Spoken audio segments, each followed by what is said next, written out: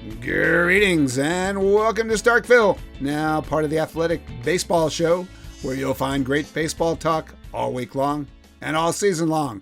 I'm Jayson Stark. I write about baseball for The Athletic, and I am joined once again by my good friend, writer, broadcaster, professor, distinguished former major leaguer, and the voice of Sunday Night Baseball on ESPN Radio, Doug Glanville. And Doug is back from Atlanta, where he called a play on Saturday night that turned baseball upside down. It was just a crazy play at the plate where we almost had two runners score, but not in the order you'd expect. So I promise we'll talk a lot more about that in our Strange But True segment. But Doug, I just want to check before we move on. Have you recovered from that experience yet? I was concerned after all the text that you fired at me that this was going to leave some scars. Well, there's nothing more disconcerting to calling a baseball game and then having to text someone and saying, I have no idea what's happening right now. And that's pretty much what it is. So I had to unpack it a little bit. I had to unravel it. But I did recover, even though sleep deprivation is just part of the process here, as I caught a very early flight from Atlanta back home. So I'm talking in circles, but that's okay because that game put us in circles because I wasn't sure who scored second or first. Is it 10 RBIs? Is it an error? I mean, it was everything in one play happened, and that's why we're excited to talk about it. Well, as I said, we'll talk more about that one later, but first, it's time to welcome in the manager, who I believe leads all active managers in Visit to Starkville. It's Terry Francona of those Cleveland Guardians. Great to have you back, my friend. How are you? I'm good, guys. How are both of you guys doing? Okay? Doing awesome. You're doing great. Yeah. I'll see you soon some point. Good. I hope. All right. First question. Of all your incredible achievements in life and baseball, where does that one rank? Most career appearances on Starkville. Oh, it's at the top, Jace. You need to know that. It's right at the top. There's maybe several tied for first, but you're right there. Yeah, it's not. But thanks for humoring us. I appreciate it. So I want everybody to know that Terry Francona is about to be the subject of his very own documentary on MLB Network. It's called Tito, the Terry Francona story. It premieres, it's a Sunday night. It's 2 Sundays, so April 23rd. And look, you know, my role in life is to put everything that happens in baseball in perspective, right? So I thought you should know. These are just some of the other people that MLB Network has profiled in their documentaries. Ted Williams, Joe DiMaggio, Johnny Bench, Ken Griffey, Randy Johnson. You think it's fair to say you fit right in with Williams and DiMaggio? It's funny, yeah. That my name just rolls right off the tongue, right after their names. It's pretty cool, though. I've watched some clips of this documentary. I think it's safe to say there's a heavy dose of self-deprecating humor in this thing. Theo says you're not a functioning member of society outside of baseball. Your friend Kevin Cash tells stories about all your issues with kitchen appliances, and he says you can't manage anything except a baseball team. So are they right? You know what, Jace? I'm not sure I can really disagree with them. And you know, it's funny because when Bart Swain, he reached out to me, I think it was like December, about, hey, they want to do this. And kind of the running joke around here is when anybody calls me during the winter, I'm like, yeah, whatever, do it. Like in spring training, want to have a meeting, do it. And then when the time comes, it's like, hey, wait a minute, did I really sign off on that? Because when the crew came, the film crew, I got so edgy because I'm used to talking about everybody else, which I love. And then they started talking about me, and I got real uncomfortable in a hurry. So, and I kind of apologized to him, but I told him, I said, I'm just not comfortable with this. This isn't who I want to be. It has to be about our players. It can't be about me. It kind of goes against everything I believe in. Well, I'm sure you pulled it off deftly. I don't know. We'll see. We'll see. Have you seen it? No. Are you ready for this barrage of? I have not seen it. I don't, to be honest with you, I don't know that I will run to see it. I get a little uncomfortable with that. I do think it'll probably be funny because I know, like you said, Theo and Cashy and those guys, this is their chance to come back at me, and I can find out just how many people I either aggravated or offended along the way. And also love you. Let's hope. It all comes from a good place. Let's go with that. Yes. Yeah, and Tito, I mean, well, speaking of Cash, I mean, I know you always had a ribbing, and we had a lot of fun in the postseason last year. Have you spoke with them about this ridiculous, 10-0, 9-0 start? Dougie, what's amazing is their best pitcher's not even available yet. I mean, man, they are pitching and they're hitting the ball at the ballpark. And you know what? Since we're not playing him, good for him, because everybody knows I love the guy. I don't try to give him too much credit to his face because we're that close. But anybody that's been around me for 10 seconds know how good I think he is, and they got a really good thing going there. And it's kind of it doesn't mean you're going to win 150 games, but it's a nice way to start the season. I'll tell you that. Hey, everything you learned about managing, you learned from you. Isn't that true? I think he would probably say he learned maybe what not to do, and then took his own instincts and went from there. All right. Well, now that we've established how uncomfortable you are talking about yourself, I've got a question for you. I want you to think back to 1997. That's your first big league managing job, right? You managed a team in Philadelphia covered by dopes like me, and you started out 30-72, and your roster was so rough. Even Doug Glanville hadn't joined that band yet. So, all right, so you're 30-something years old, right? 37. 37. Okay, if I told you then that one day you would be the all-time winningest manager for a franchise that has been around since 1901, what would you have said?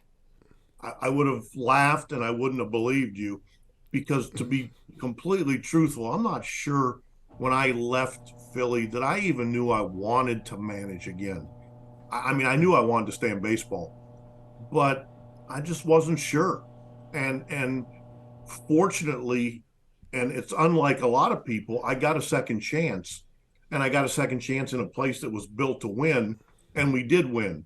I mean, shoot, man, my story is no different than a lot of other people's, but they don't get that second chance. And like I said, I'm very fortunate. That's the one thing, and I've been pretty clear about this. I'll brag about this all day long. I think I've been around more good people than anybody ever in the game. And I think that's a big reason why I'm standing here today, is because the people that I've been associated with.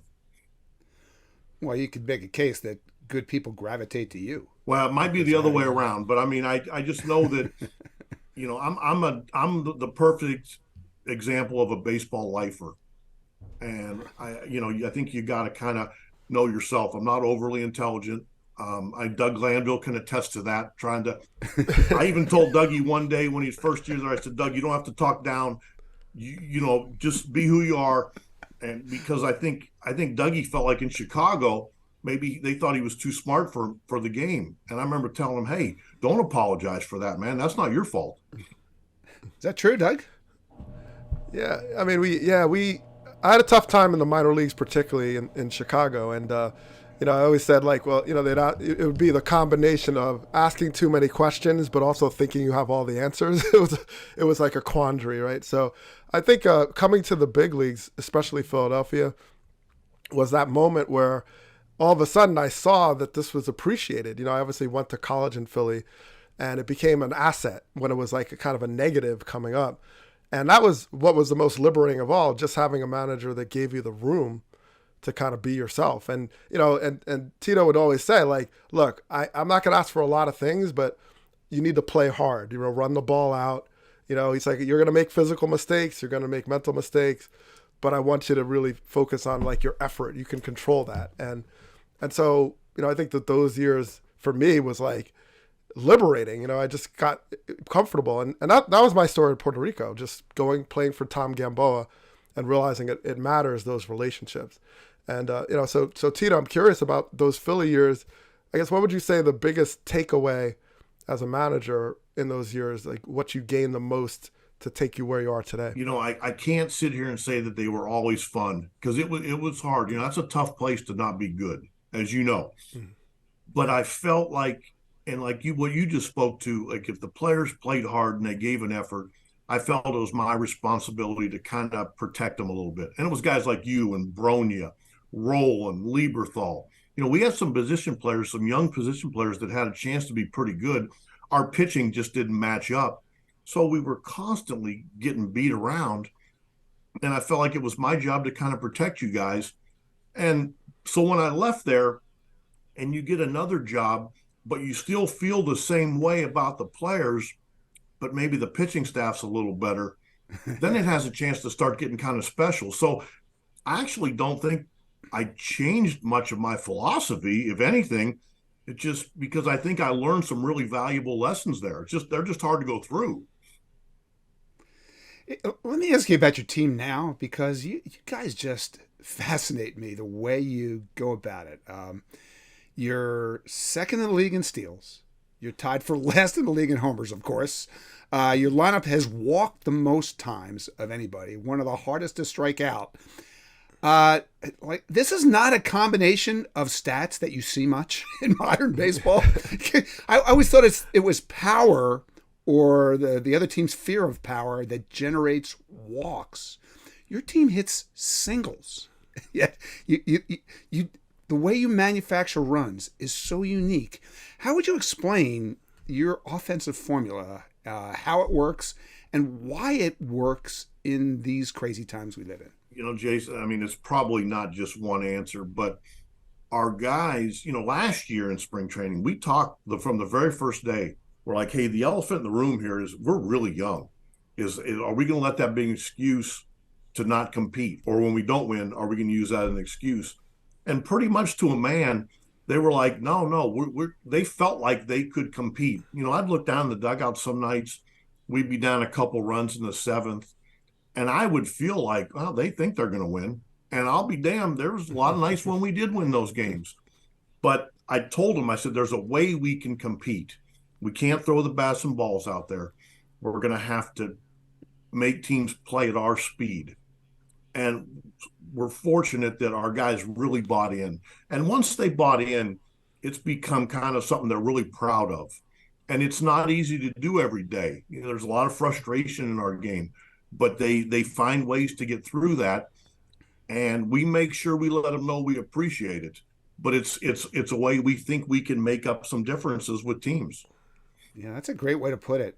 You think it's possible that the new rules, especially the shift limits, are playing right into your team's hands? It's more holes to poke those singles through. It's more opportunities to run, right? Jace, I hope. I think there's a couple of reasons. One, we're young, so the adjustment period should be less for us, because a lot of our guys have come up with some of these rules in place. And you know how it is. When you're a 10-year veteran, you get kind of settled into your ways, and it can be a little more challenging to make adjustments. But our guys, I mean, how many times have you heard when you have a really young team at the end of the year, somebody will say, we were just too young. And I never felt that way. We really weren't. They competed. We didn't babysit.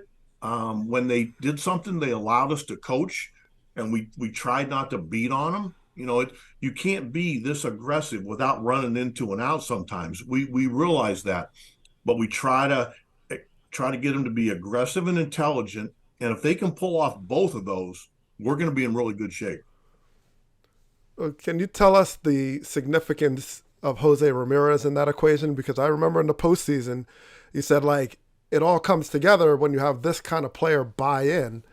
And so what has he meant to you in this time? Dougie, I'll take it a step further. He and Ahmed, I called them into my office and I said, this isn't going anywhere if you guys don't. And I knew the way Jose played. Jose said, he just looked at me and goes, I got it.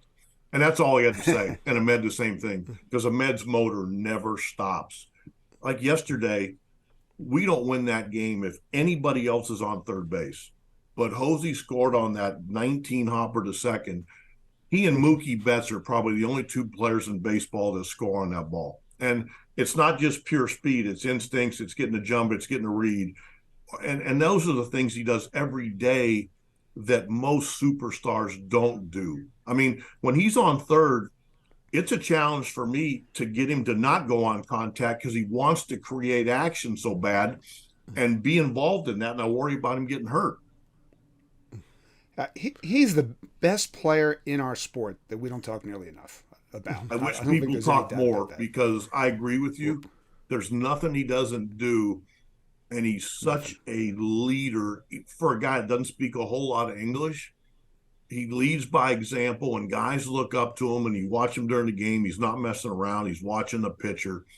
And he takes it real personal when he doesn't come through, and that's not very often.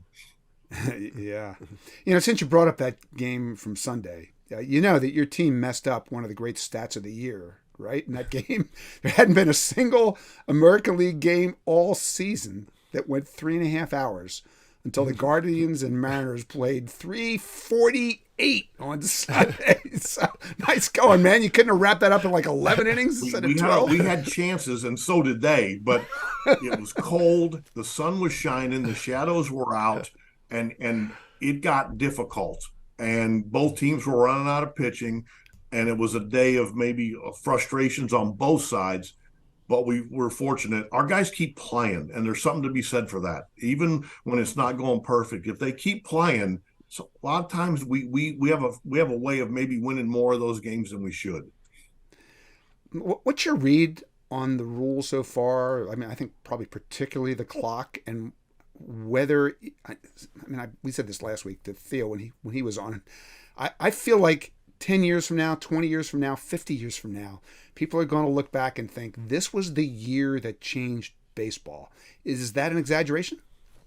I don't think you're wrong. You know, I was really worried. Anytime you get to be my age, change is not the easiest thing in the world. I mean, this is my 44th year in this game, and I've done it one way, you know, one set of rules, basically. All of a sudden now you're looking at a game that's a little different. And it rattled me for about the first 10 days or 2 weeks. And they said it would. Fortunately, it was in spring training, and things are starting to become more of a habit and more instinctual. And I do think it's going to be good for the game. I don't always agree with everything we do. And to be honest with you, I don't think that matters. Well, our job is to adjust to what they ask us to do. And if it's for the betterment of the game, and for the fans, we need to probably quit the complaining and do it to the best of our ability. You know, we also asked Theo about the idea of whether, I guess the shift limits in particular, are going to create more offense in the game. I mean, last year, you looked up, there was never anybody on first base. You know, that's changing now. It seems like maybe it's too soon to tell. I'm curious where you think this is going. You know, what I've seen early, and we've only played 10 games, the ball where the second baseman used to be real deep in short right field, you know, that line drive off the bat that you knew was a hit, and then you look up and it's either a line out or a one hopper to the second baseman. That's a hit now.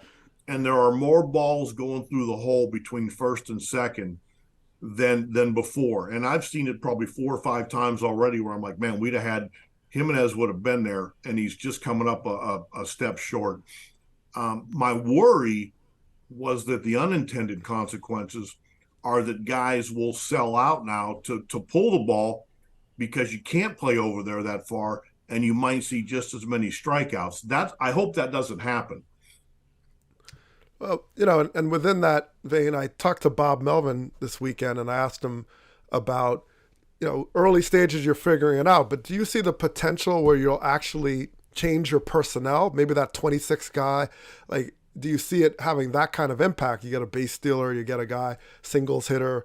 What's the potential? Doug, you're always trying to figure out your roster to the best of, you know, to the best suits you. Like right now, we have 3 catchers. I can't imagine we're going to stay with 3 catchers for the whole year. It just won't work. But to start the year, we really wanted Arias and we wanted Brennan to get the bulk of the at-bats coming off our bench. And this way, we could carry that third catcher where we could pinch hit maybe earlier than you would typically want. We wouldn't put Zunino in harm's way by bringing him into every game. And it's actually really helped us. So, again, I don't know how long we can go with that, but you're always trying to tailor your roster to what makes it fit the best. I think you need more Doug Glanville type players. I think that would be the key. I would never disagree with that, ever. Anytime we have you on, I like to give you an opportunity to tell just some stories. And I don't even know where to start, but this spring, I think you might have had the most innovative injury of spring training, your pasta injury. Was that your first career pasta injury? No, it was actually, I had a little microwave in the place where I lived in spring training, and I get tired at night and lazy, and I had some pasta sitting there, and I don't know why I had it in the refrigerator to begin with, but that was a mistake. But I popped it in the microwave and, popped it out and sitting there in front of the TV and got down to the bottom and didn't realize it wasn't cooked all the way through. And, you hear that crunch, and I'm like, man, that didn't sound good. And I kept chewing, and I'm like, man, that didn't taste good either. And I looked in the mirror, and about half my tooth was gone. There's nothing worse than walking around. And we had a team meeting the next morning. That was our team meeting. And I'm thinking, I'm going to be standing up in front of 63 major league players looking like Jethro Bodine from the Hillbillies. So you lost your tooth while eating pasta. Is that correct? Yeah, I did. Jace, it's hard. I mean, some of the things that Theo and Cashy said probably aren't all that true. Like, I mean, when the coaches, if we want a car, if we want to go early or stay late in some places, I don't even ask for the keys anymore. Nobody will let me drive. So I just get in the passenger seat because guys are getting tired of getting lost. Well, isn't it true you lost your keys? I lost the fob, I was on hands and knees at about 4:30 in the morning because to get home I had to have them or my car wouldn't have started. Right. And to this day, I don't know what I did. And I had an extra set that I left in Tucson. That was smart. I had to pay one of our clubbies to drive down to Tucson, get my extra set, and bring it up. So it was an expensive loss of keys. Oh my God! Goodness. You're crawling around. Jace, you think being a major league manager is easy? It's not easy. Okay, this is like the bonus footage in that documentary, right? Outtakes. This is everyday life, man. This is just the way it is. Yeah. So Tito, such an incredible career so far. I mean, when you think about last season and you're going into the new season, I guess what was the first thing you said to your team looking ahead? And then what are your kind of ultimate goals of not just this year, but for the rest of your career? You know what, Dougie? After we lost to the Yankees last year, as happy as you are that I love the journey we had because it was fun, and I admit it was fun. I don't think you wait till you get the last out to think, okay, I enjoyed that. But about 5 minutes after we lost, you get through that disappointment. And I reminded them real quick. I'm like, hey, because I knew just about everybody's going to be back. I said, hey, it can be a feel-good story.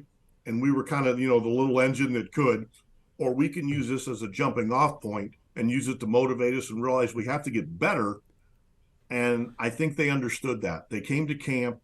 It's been the same group of guys with the same mentality. I just think with a year of experience, what happens is the game slows down for players. And it doesn't mean we slow down. It just means hopefully we can make better decisions while playing at a really quick pace. Can I ask you about something really important? Uh-oh. Your scooter. Oh, yeah, sure. I don't think I've ever seen another scooter that turned into like a city-wide scooter cult hero. So I'm curious how you think that happened, how the whole scooter thing start, and why did people get so worked up about it? I don't know, but I remember last winter when I was here and somebody had taken it, and I remember I was actually driving to buy some underwear, and I had the news on, and they had the news, it was the scooter, and then it was the war on Ukraine. I remember thinking, that's not good, man. That's really not good. I just think people laugh because it's parked there every night. It's been parked there for 10 years. People know, people sit on it, they take pictures. I just think that in a place like Cleveland is probably the only place you can do that, where people don't bother you. They say hello and everything, but they respect it because this is Midwest. And for the very most part, they just leave it alone and they like, it's Tito's, you're going to get on in the morning, and it works. When I leave the ballpark, I go down a one-way alley the wrong way, and every policeman either says, "Hey, nice game," or "Get him tomorrow." It's just, I love that part of Cleveland. Wait, what wasn't it after? It was after this one of the games in the series that Doug called last October, right? You were riding your scooter through Cleveland after winning, and the whole town went wild over your scooter. Is that? Well, I remember this when right? I came up out of the tunnel, there was this lady on the other side of the street, and she's screaming my name, and she's like, "Tito, look!" And she starts to pull her shirt up, and I'm like, "No!" Because in today's world with cell phones and everything, and she had an undershirt on that had my picture on it. It was real harmless, but by then I was like scarred, and I was already going as fast as I could because I'm like, this is not going to end well. Tremendous. So what's next? I guess I know, is it day to day, or do you really say like, hey, this is what I really want to accomplish in this game? Dougie, that's a really good question, and it's something that up until probably the last couple of years I hadn't thought much about, but because I'm starting to get older, and then my health wasn't very good the last couple of years, I admitted that I started to think, okay, what could be next? Or am I being fair to the organization? Am I leaning too much on the coaches? Am I being fair to the players? And fortunately, this year, my health, I do feel way better. And it's still hard because as you get older, man, it's just hard. So I know I won't do this forever. I don't have the ambition to just do it for numbers. I love doing what I do. I hope for the right reasons. And when those reasons aren't the right ones, I'll do something else. I can't imagine not being associated with the game because it's all I've ever done. But I don't need to do this until they bury me. That's not one of my goals. You mentioned Scott Rowland earlier. You managed Scott Rowland when he was 21 years old, and he just got elected to the Hall of Fame. And it's funny, man, when he got elected, I was thinking, I'm pretty sure this is the first player ever elected to the Hall of Fame who I met before he ever played a game in the big leagues. And then I started thinking about you, because you managed him, right? You met him as a manager before he ever played a game in the big leagues. And now he's going into the Hall of Fame. Did you think about the journey and what your part in his journey at all? My part was patting him on the back and saying, way to go. I mean, Dougie could attest to this. You can't find a better teammate. You can't find a better guy. I remember meeting Scotty when they announced that I was going to be the manager. It was during the winter. And for some reason, he was there. And we went to a hockey game that night to see the Flyers playing. We're sitting up in a suite, and they introduced me. And when they introduced me, the whole place booed, because I think they wanted Larry Boa. And I looked over, and Roland moved like 4 seats away from me. But just watching him run out to third base, it gave you a feeling like, okay, we have a chance. Because he'd run out there like a linebacker. No, totally. And it just like created some confidence, I'm sure, with everybody, not just me. There was something about the way Scott Rowland played third base that was different from how almost anybody else I've ever watched.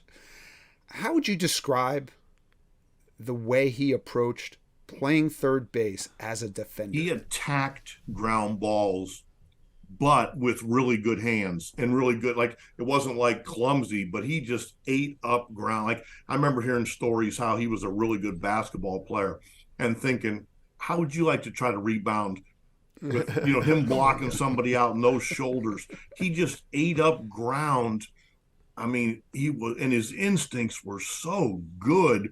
Like, you try to tell people, hey, you got to have a mentality. You want the ball hit to you. He lived that out every play of his career. Yeah, I mean, Scotty was just. Any of your favorite Scott Rowland stories? There's so many, but He's any favorites?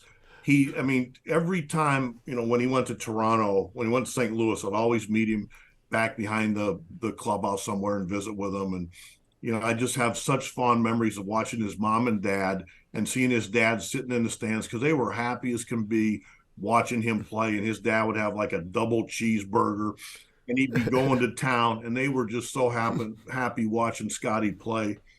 I remember in Cincinnati, it was my first year, we were getting beat up like we could sometimes. And I double switched and took Scotty out of the game because, he played every inning and we were down about 12.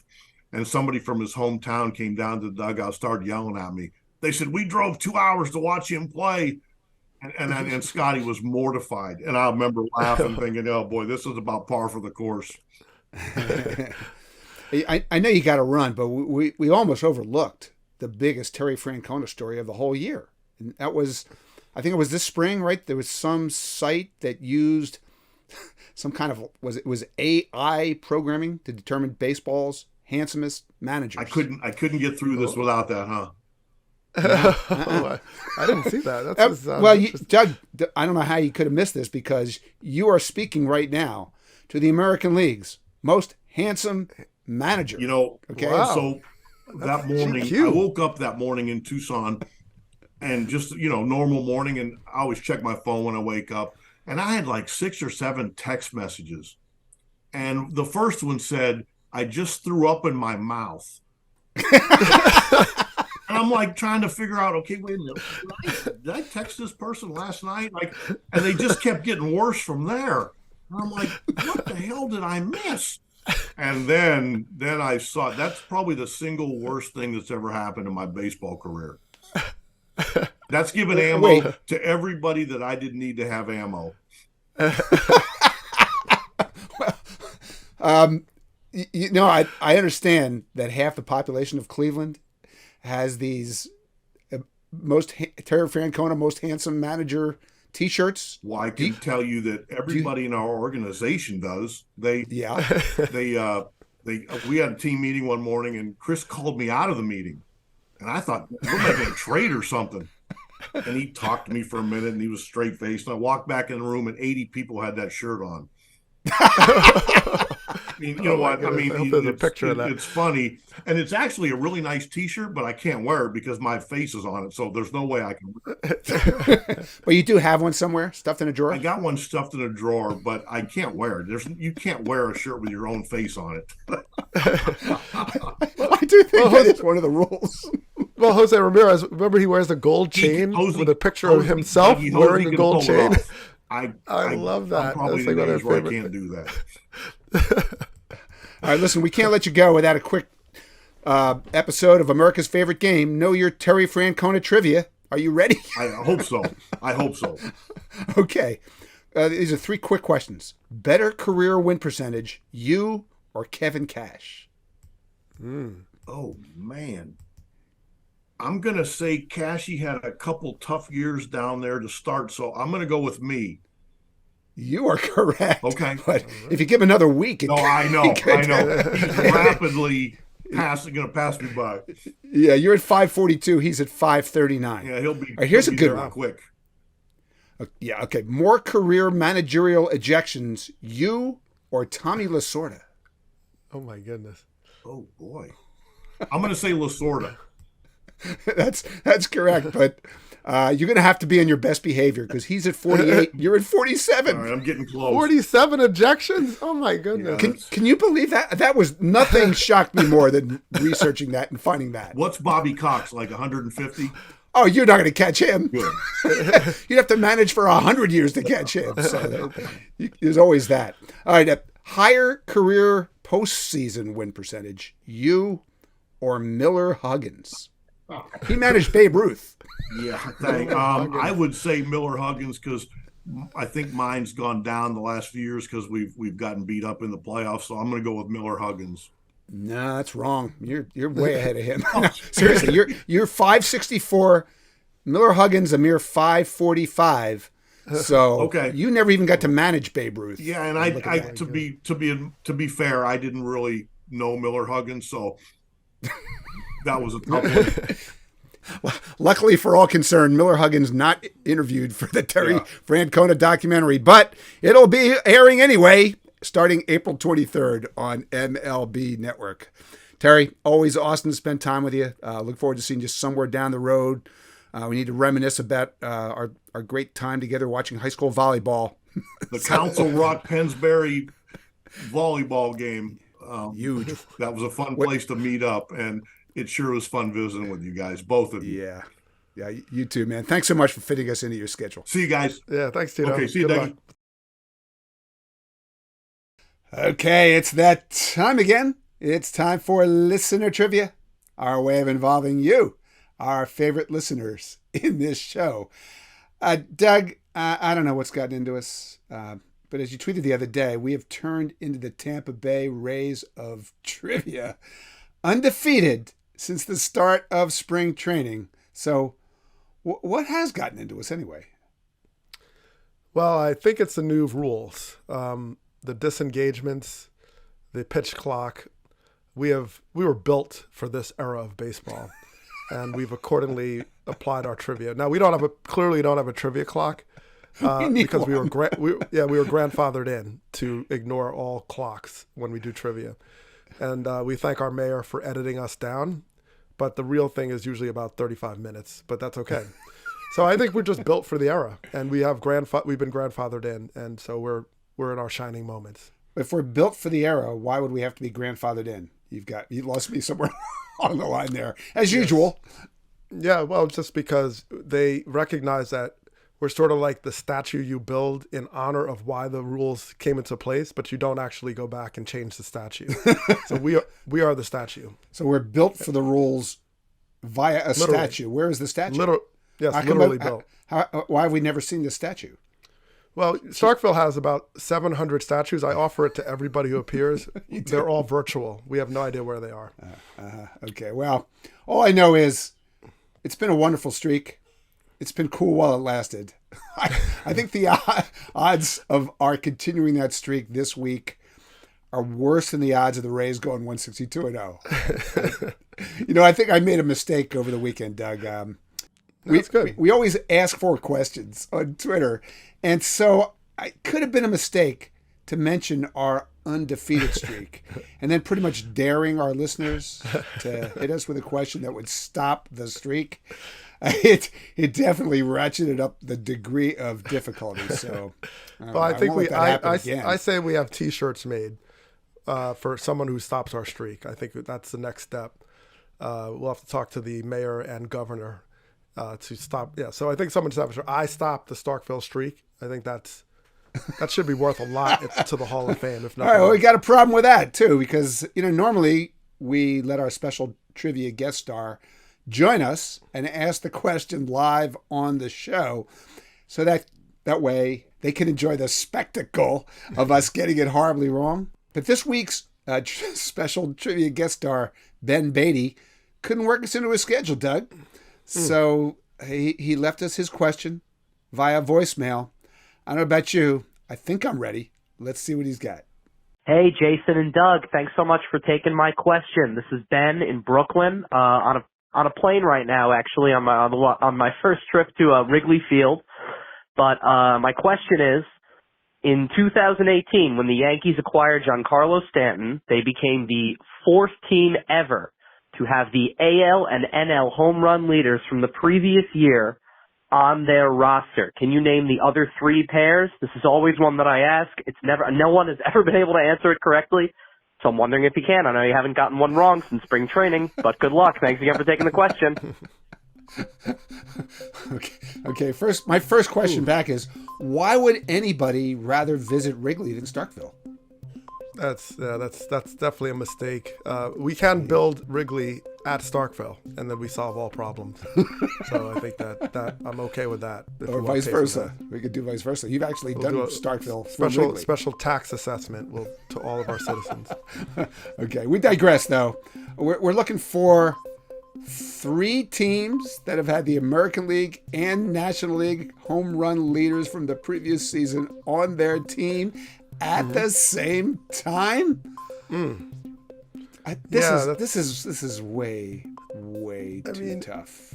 It's vast. I kind of, but I figured I'm thinking it's modern or somewhat recent, because who would trade a home run leader from the year before unless you had to, right? Yeah. Now I'm sure back in the 1890s or something, Grover Cleveland might have made a trade for that, for like a box of cigars, because players they're paid like $5,000 a year.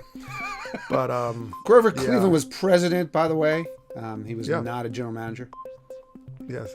Well, I think he was a fan, but back then they were probably mingling presidents and owners at the same time. So, I played for the Rangers, so I know a little bit about presidents. That did and happen. teams. Yeah. All right, we're getting way off track. Well, yeah, all right. Where am I going? All right, but we've established way too tough. So let's we don't have Ben here to negotiate with. We do have the mayor of Starkville, Tim McMaster. Maybe we can negotiate with him. Tim, this is so hard. We think we should only have to get 1 of the 3. What do you think?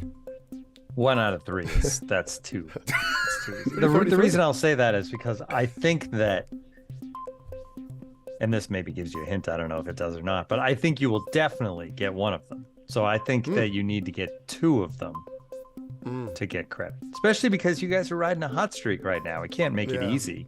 5 in a row. You can. You're the mayor. You're authorized to make it as easy as you need to make it. So 2 out of the 3. Do you want?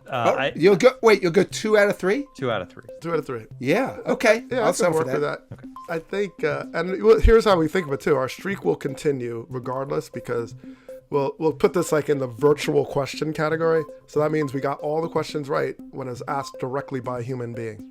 So I feel like we can at least ride that streak. The streaks are just made to be qualified until they just go on forever.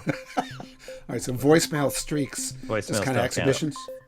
Yeah. Now, the question is, do you want to give me 3 answers and you need 2 of them, right? Like you did. That was that little like tricky thing you guys snuck away with last time, where you gave all the answers and technically one of them was wrong, but you still get credit. Well, whoever, I can't remember whose question it was last week, but he allowed that. He did. Yeah, we did so talk you to could, you would have the option of allowing that. Jeffrey Gao. That is up to you. Jeffrey Gao was responsible for that loophole. So he gave it to us. What do you think? That seems like an excellent loophole. Considering how hard this question is, and you're right, it's so hard. I think give 3 answers, and if you get 2 of them, if you get 2 of them, all right, I like this. You get. I think that's fair. Okay, I mean, I wrote down a bunch of names. I have no confidence we can fit the pieces of the puzzle together, but let's see what we can do. Here's the one I think might actually be right. Miguel Cabrera and Prince Fielder when Prince joined the Tigers. That feels right. It wasn't so long ago. Miggy was winning Triple Crowns and home run titles every year, right? Prince was winning the National League home run title. That feels right.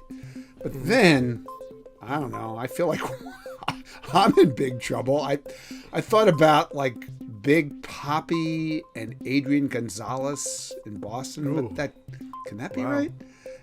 Did Adrian Gonzalez? He might have led the league in homers once, but I don't know. Yeah, and why would the Dodgers have traded him then?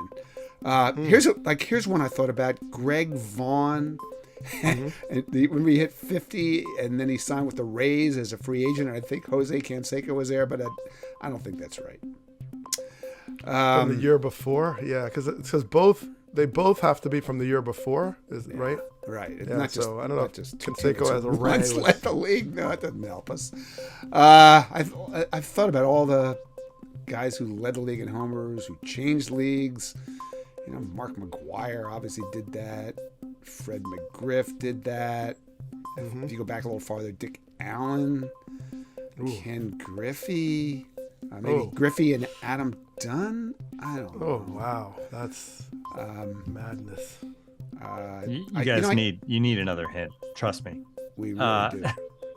Oh wow, this is rough. I mean, I just have a long list of names. Here you I'm just go. trying to get through. This may help. This may help. 5 of the 6 players that are the 3 answers. 5 of the 6 players are in the Hall of Fame. Really? 5 of the 6 are in the Hall. Wow. Oh my Wait, God. 5 of the 6. Okay, right. All right, so the Prince and Miggy, they're not in the Hall, so they can't. So they're not even right. Holy crap! So yeah, right. Yeah. So what is this? Goes back to the beginning of time. No Pujols. Well, hold on a second. Does this go back to the beginning of baseball time, since the American League and National League coexisted, or more? Could it be more recent than that? What? Technically, it goes back to the beginning of time, but I will say that the answers are all from the end of World War II until now. The end of World War II. 45-ish. Okay, I have an idea now.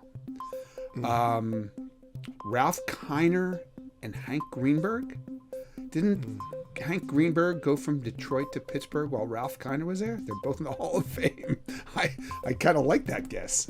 None of my other guesses are even remotely correct. Let me think about this. Yeah, I didn't even. The Hall of Fame, that kind of threw me off here. I don't think I have any Hall of Famers. Okay, Mays. Well, McGriff. Crime Dog might be one in McGriff there. is a Hall of Famer now. Who would he have? He played for what? He played for a lot of teams. He played Dodgers. He led the league in homers with the Padres, though. Padres teams of the 90s. Who else could have been on those teams? Caminiti, Sheffield. But they're not a Hall of Famer. But it doesn't have to be. No, one of them doesn't have to be. One of them has to be. But then if we go back further, Henry Aaron played for a long time. Hall of Fame. That just blows my mind. Reggie Jackson, is he in the Hall of Fame? Yeah. Probably. Hell yeah, he is. Okay. Of course he is. Yeah, I'm just throwing it. Reggie, he was traded a million times. I think. What was Reggie doing? Oakland. He led the league in homers mostly when he was in Oakland. So who the heck would have where'd he passed go? through Oakland? To the Yankees? Did he go from Oakland? He to then New York? went to the Yankees. The Yankees, I suppose, could have had anybody, but 70 something Yankees. 70s home run champs. Yankees? You got those on the top of your head, Doug? All the 70s home run champs. Mike Schmidt, he won every year for a while there. Yeah, but American League.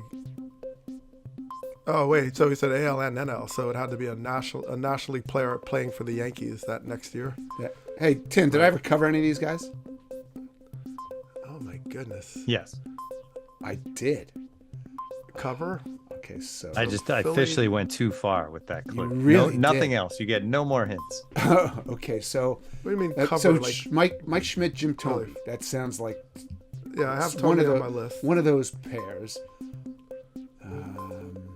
Tommy was Tommy was with Cleveland, and I played with him. And then went to. That'll be a slap in my face if I get that wrong. And went to Philly. You were there. But we didn't have any home runs, did we? Bobby Abreu, Scott Rowland, none of those guys. But in Cleveland, was gone. somebody could have come over there. John Hart loved those big mashers. Wait, so you're saying what? Tommy to Cleveland? Wait, he was with Cleveland. So then someone who from the National League went over to play with Tommy. So bad. Wait, yeah. All right, Albert Bell. Okay. Let's think about Mike Schmidt's teammates.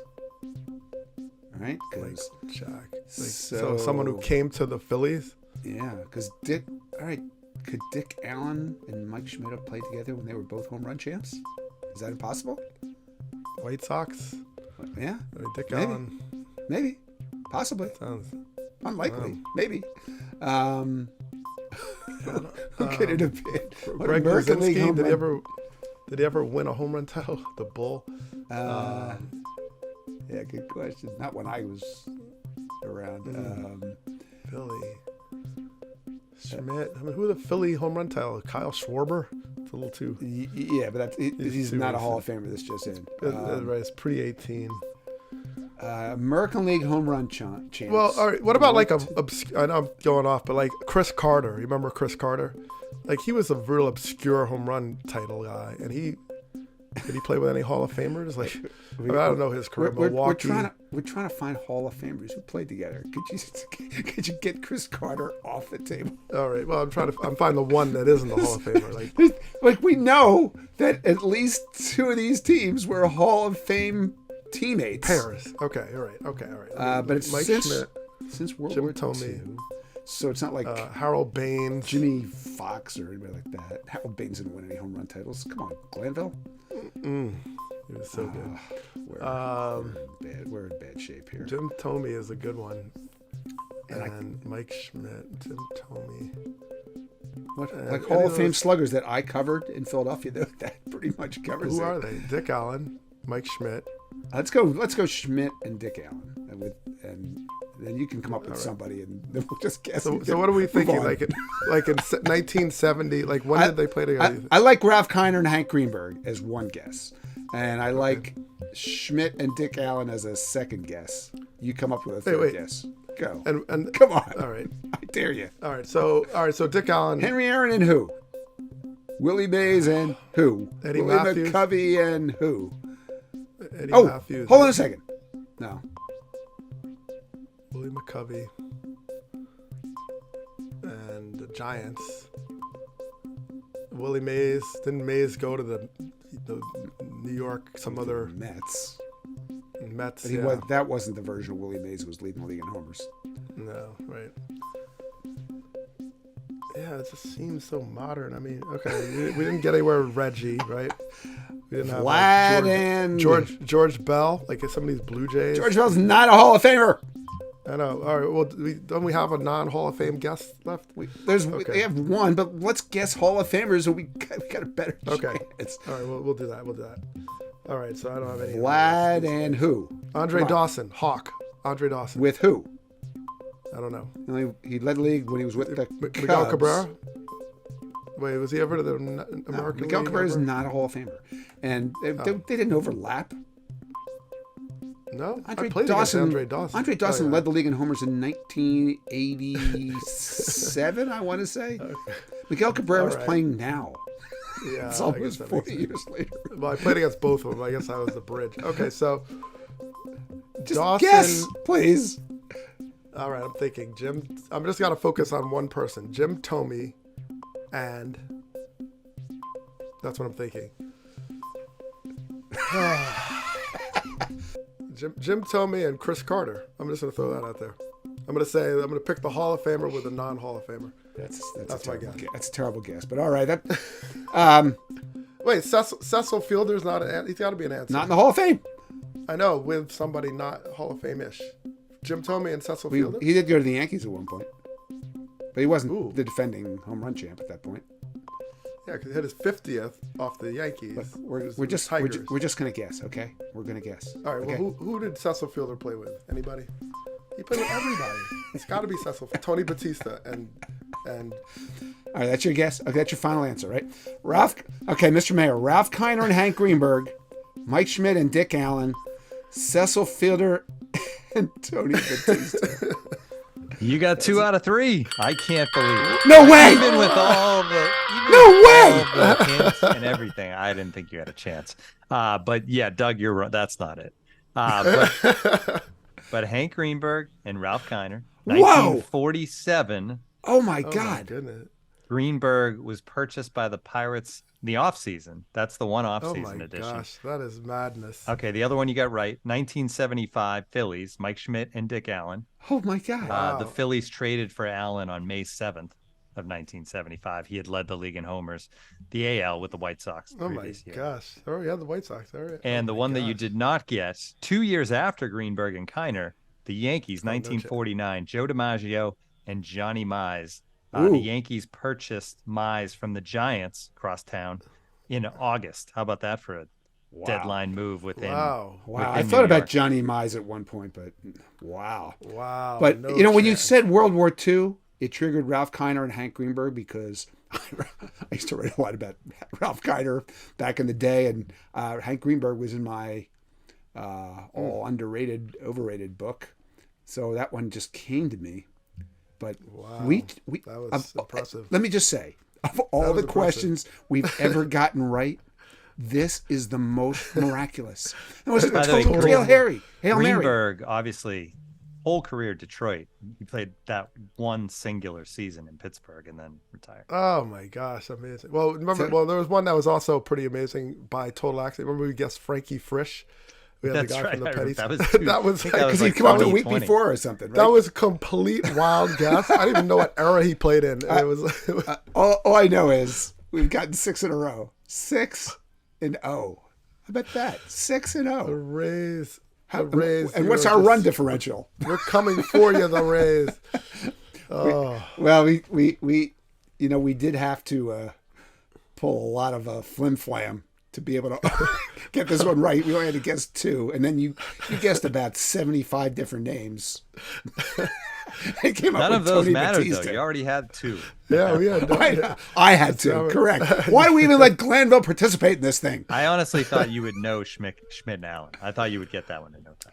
Oh, my I just wasn't. gosh. I mean, I knew they played together, obviously. But Right. just the question was timing. Oh my but- gosh, amazing. At any rate, like whatever the heck we just did, we have. You thought that was good?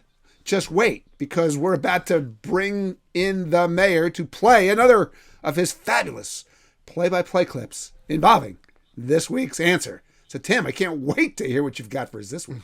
Well, I wanted to find a situation where one of these guys had a big moment that we get sound for after the trade, right, for the new team, Yeah. which was tricky because, as I just said, Greenberg spent the 1 year in Pittsburgh, and Allen went back to Philly late in his career. But Johnny Mize played in a lot of World Series after he was traded to the Yankees, including 1952, where he put the Yankees ahead in Game 7 against the Dodgers. A base hit into left field. Goodall scores, and Mize drives him in, hitting an outside pitch into left field. He hit the ball right where it was pitched. Reached across the plate. I think he reached out of the strike zone to hit it. And it's a line single, and the Yankees lead 1-0. So, Big John Mize. He actually had 3 home runs in that World Series also, but couldn't find the audio for those. But maybe the best thing about that clip, Guess not. the broadcast team, Red Barber and Mel Allen. I was going to say Red Barber, wasn't that? Was Red Allen. Barber? Yeah. Is this Yeah, Red Barber's This Week in first Baseball. appearance on Starkville? Could be. Might be. All right. Well, anyway, Stark Villagers. Hey, is that the right word? What do you think, Doug? Stark Yeah, or Villagers? billions. I like yeah, billions. That'd work. Stark Billions. Villians. Stark billions. Yeah. All right. Okay, Stark Villians. If you enjoyed that segment, and I don't know why you would have, you should remember that you too can be part of these trivia segments, just like Ben. We'll tell you how to do that in just a few minutes. Strange but true. You know, Doug, there are certain moments in every baseball season that are just made for this show, and especially made for this segment. I think you witnessed one of those moments Saturday night in Atlanta. We teased it up at the top of the show, but it was so bizarre. You really need to hear this with your own ears. Then we'll let Doug explain what it was like to try to describe a play this mixed up on the radio. Ground ball to first base. Olsen's coming home with it, and that'll get away. Run will score. Comes another run. 2 runs will get in. Oh, I'm wondering if Odor touched home plate before Kim scored. See, Odor goes back and touches it after he scores. So can't do that. Snicker out there talking to home plate umpire Chad Fairchild, and they're saying he is out now. Okay, so that was Don Orsillo on the call, but he did a great job with it. I'm thinking that if you're listening, you might still be confused even after hearing that. So I'm going to recap it one more time. So the Padres had runners on second and third. Odor on third. Kim on second. Ground ball goes to Matt Olson at first base. He throws home. This is where it gets wild. Odor slams into Travis d'Arnaud, so Odor misses home plate. But then here comes Kim, who touches home plate. Now here comes Odor back to touch the plate a second time, or maybe it was the first time. We don't even know. But has there ever been a play where the runner on second scored before the runner on third? Doug, make sense of this, will you please? Oh, my. I mean, well, that whole inning was crazy, too, because there was a Darno, Cronenworth was on first earlier, and he led off the inning. And Darno threw like it was really cold, so he threw like a changeup. And Arcia, like, I don't know, he looked like he just said, I don't want to touch the ball. It was like hot potato or so. So it was like weird, like, how did that even happen? Like, so he's on second, and he eventually comes around to score. And so we were like, it's already a weird inning. And when Odor came around, so the throw from Olsen was on the first base side. Right. So Darno tried to catch it with his backhand, and in one motion catch it and kind of sweep tag around, and didn't get the ball. And he ended up looking for the ball and kind of forgetting that the runner was coming. So his whole face was exposed, and ended up getting hit as a concussion at this point. But when Odor came in, I didn't realize, or none of us really realized, he missed the plate. It was like, okay, he scored, whatever. The ball rolled around, and then Kim came around. So we were like, okay, 2-run score. And then when we even watching the replay, all of a sudden Odor, it's almost like he'd got a drink of water, then came back up the stairs, and then goes and touches the plate. So I was like, oh, maybe he's high-fiving Kim or whatever. So it didn't even register that he missed the plate. So it was already confusing. And then all of a sudden, we see I don't know who was pitching at the time. It was Charlie Morton, right? Morton gets on the mound, and Machado's in the batter's box. So I'm thinking this is the next pitch, because I'm not even there's no announcements. There's no like, here's what's going on. So he throws a pitch to Machado, and it's like 36 miles an hour at Machado's head. Yes. So he jumps out of the way. So I'm like, what is that? And then it wasn't until then that people started to unravel what actually happened. Because it wasn't a pitch, it was the appeal. It was the appeal. Yeah. So we're like, okay, so let me figure this out. So now we're understanding that they were appealing the play. So we weren't sure, well, where does instant replay come into play? So we're like, okay, appeal. So then I started thinking, can Machado swing and hit the appeal? No. Like, what would they do? If especially he didn't know it was the appeal. So I was like, that would be kind of wild. So the other thing is, what if the appeal hit him in the head? Then we got like, is that a hit by pitch? So I was like, I have no idea what's going on. So he jumps out of the way because he reacted as if it was a pitch. He like was stunned or something. So I was like, okay, that's weird. So then you're like, okay, if the appeal gets away. So when I finally, the next day, I talked to the Braves manager, Brian Snicker, first. And I said, first thing I asked was like, okay, can you make sense of this? And he was like, well, because I was like, okay, did you know right away that he missed the plate? But it was like, it eventually came through replay that they sort of assumed. But I was trying to figure out if Odor made a mistake by going back and if he should have just played it off, like, start whistling like, oh, But I think when he went back, that certainly was an alarm. But the runner, the video guy certainly caught it. So I was like, okay, they seem to be on top of that. Then I asked Bob Melvin, and Melvin said one of the coaches knew from A-ball that you could run on the appeal. So he said we should have tried to take another base. And I was like, well, who was on? I was trying to figure this out, right? So, wow. I mean, it was totally crazy. So apparently, in summary, apparently on an appeal, you could steal, right? So that was one thing that was interesting. Never knew that. Apparently, right? So, and to tell you how confusing it was, the scoreboard operator and everybody on the pitch count, we had 3 different pitch counts. We had like Morton, there was one, like one, it was like 2 higher, and then there was one lower, because nobody knew about the actual appeal play. So I don't know. I texted you like, I don't know what's going on, and I'm calling this game, but I can't, I don't know what's going on. We're going to have to unpack this for days. Okay. So let's try to unpack it, because just this whole idea of, is it possible for the runner on second to score before the runner on third is what you first texted me about, and it's blown my mind. I've read this explanation by the plate ump, Chad Fairchild, 4 times. And he said that, okay, it's assumed, I don't know who assumes it, that Odor touched the plate, so he's safe the first time. He's only out because the Braves appeal that he missed home. But here, okay, this is what I've been trying to figure out. Suppose they had not appealed and he really did go back and touch the plate after the second runner, the guy on second, had touched the plate. Right. Would he have still been safe? Yeah.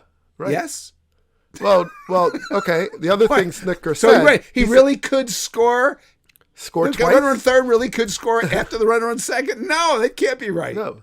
Right. Well, it's something to do with what's determined, like you said, the assumption. It's like assuming the double play or something. Or you assume he touched the plate, which is now the Braves didn't do that because they were on replay. And then that's why I asked Melvin, should Odor just not gone back, right? Because if he didn't go back, then the assumption sticks a little better because you're giving it away that you're going back to touch home. So I thought Odor should have just not messed with it. And I don't know, it seems like that might have changed the assumption. Now, what Brian Snicker also said is if we didn't get the result we wanted from the appeal, we would have gone to instant replay. So that's a whole nother layer of like what's reviewable, right? So he said, okay, if the appeal didn't work for some reason, we would have gone to instant replay. And I don't even know the rules on all that, right? But that's how crazy this thing was. So I don't know. I still am not sure. Like he scored. Well, I'm trying to think of the play. Wasn't it with the Yankees a long time ago, where 2 guys got tagged out at home, like Bobby Meacham and right? Yeah, it was a Yankee White Sox game. And then I was thinking the Buck Martinez play where he tagged 2 runners out of the plate with a broken leg or whatever it was, right? But Doug, think about this. If they had both been safe, wouldn't this have been, the strangest but truest play at the plate ever? It'd be right up with those plays. Which time Odor touched the plate? I guess he can't touch it after Kim scores. It's like passing the runner, I guess. He can't go back. But once again, you're getting the benefit of the doubt. The call on the field, like, I don't know. I guess the umpire, maybe he made a no call. I'm not sure. I have to look at that. But if the call on the field is like safe until proven otherwise, then, first of all, Odor didn't have to go back. But when he did go back, he was theoretically touching it for the second time until the Braves appealed. And like I said, appeals at home are kind of weird, right? Because you're pitching. He's literally on the mound pitching. So the hitter's like, I can swing the bat. Like, I just thought that was strange. And the fact that you could steal because he's pitching, I guess, I don't know. And then here's the other question. All right, I'm going to throw all kind of wrenches in this because I thought about this. Yeah. Runner on first and you appeal, and let's say there's a play or runner on second, whichever base, but you've already had 2 disengagements. Now, if he steps off and throws over, oh no, is that a balk? So it's like, because it's a disengagement a third time for an appeal, and as Bob Melvin said, you can steal a base on an appeal. So I don't know. I'm just having a little fun with this, but that's where my mind goes.